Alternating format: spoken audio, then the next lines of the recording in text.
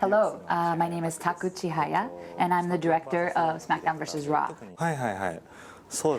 Yes, the locker room did change a lot this year. I'm sure a number of your fans really liked the fact that you could customize the locker room in previous games, but we've taken that feature out this year, so I'm sorry to those fans who really liked that feature.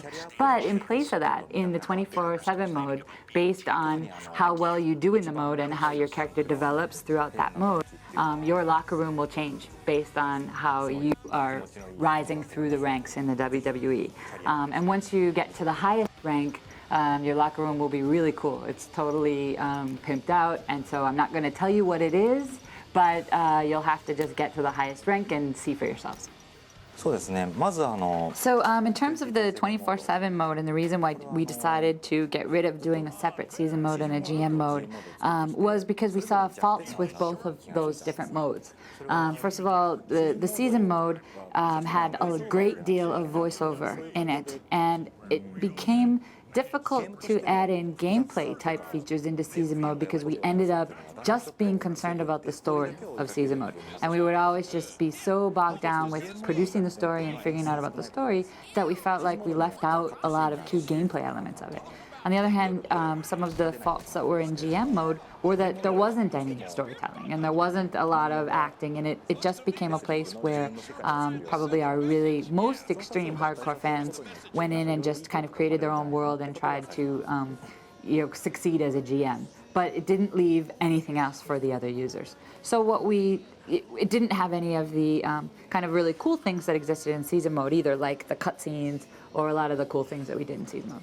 So we thought that we could merge the two modes together and come up with something even better than when they were separated.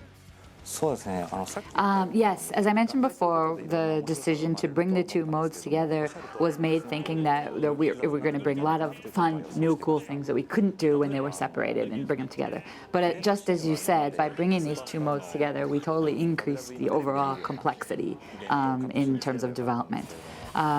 When we started looking at it, one of the things that we really we probably should have just made all of the event scenes pure cutscenes, just like they are on the WWE programming. But when we started to look at how we want to make all of the cutscenes and the movies go, how can we express what the user is really looking for and make this really fun and make it also like the user is involved or participating in the game?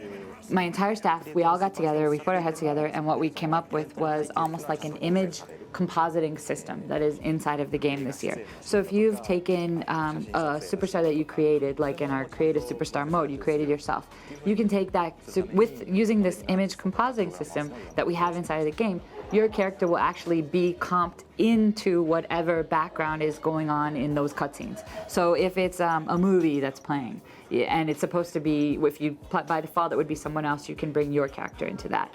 Or if it's a photograph session or something like that, your character will be comped into that.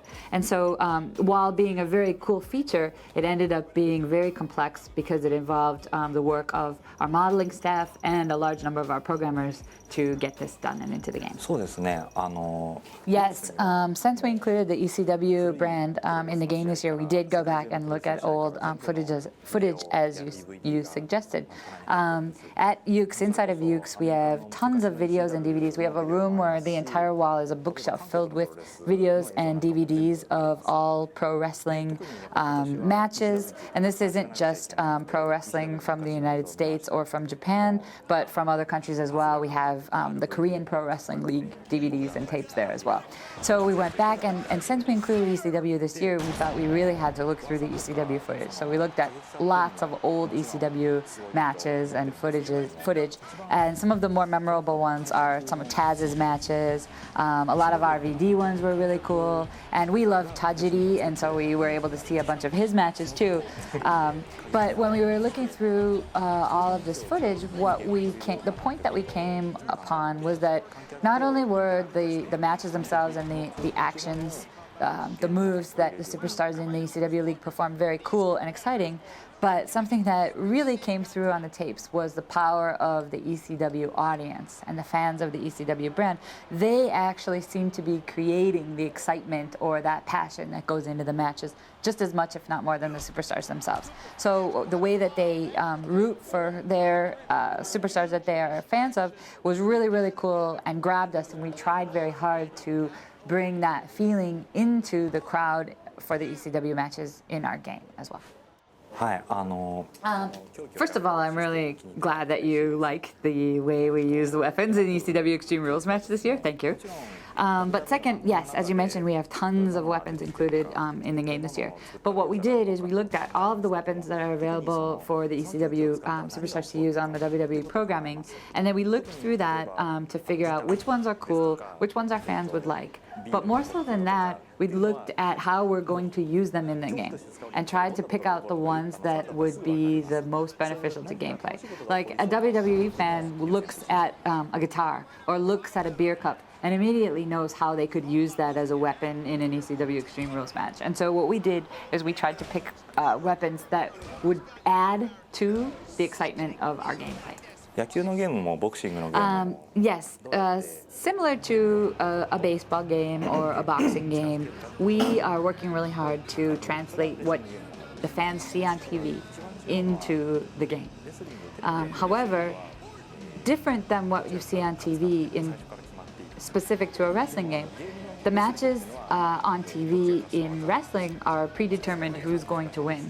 But in a video game, we don't know who's going to win when you start out playing.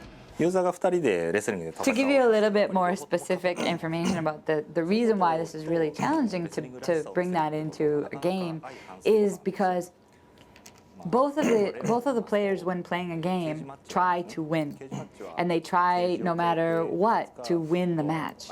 To give a specific example is in a cage match. The two ways to win a cage match are either one, to climb on top of the outside of the cage, or to walk out the door of the cage. If the cage match was an Olympic sport, probably every player would just walk out the door.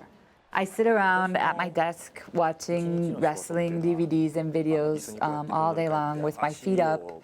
And every time I see something that I think looks cool, I pause it and I call over one of the guys who's on my team and I said, put that in the game for next year. It's a really, really hard, challenging job.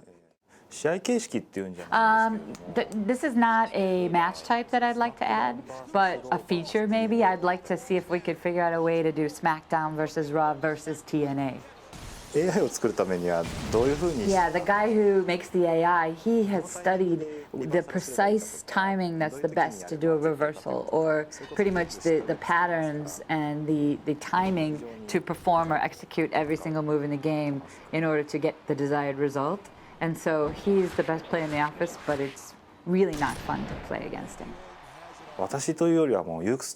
This is not just me personally, but it's pretty much the entire studio of Yukes here is Eddie Guerrero. He came and visited us here at the studio, and from the moment he stepped into the building, the entire staff just started screaming, all of the female employees started crying, like everyone just couldn't believe that this was actually happening, that he traveled all this way, all the way to Japan, took the time to come and visit our studio, and he really gave us, he talked to us, he gave us a great compliment, and we felt it was really genuine that he saw the hard work that we put into making the game, and he took a long time with the studio tour. He sat down with the modeler who was creating his model, and when that modeler was showing him how to move the mouth open and closed on the model, Eddie was just like, oh my god, that's amazing, that's so great. And so then the modeler sitting there was like, oh my god, this is so wonderful, I'm so happy I worked on this project.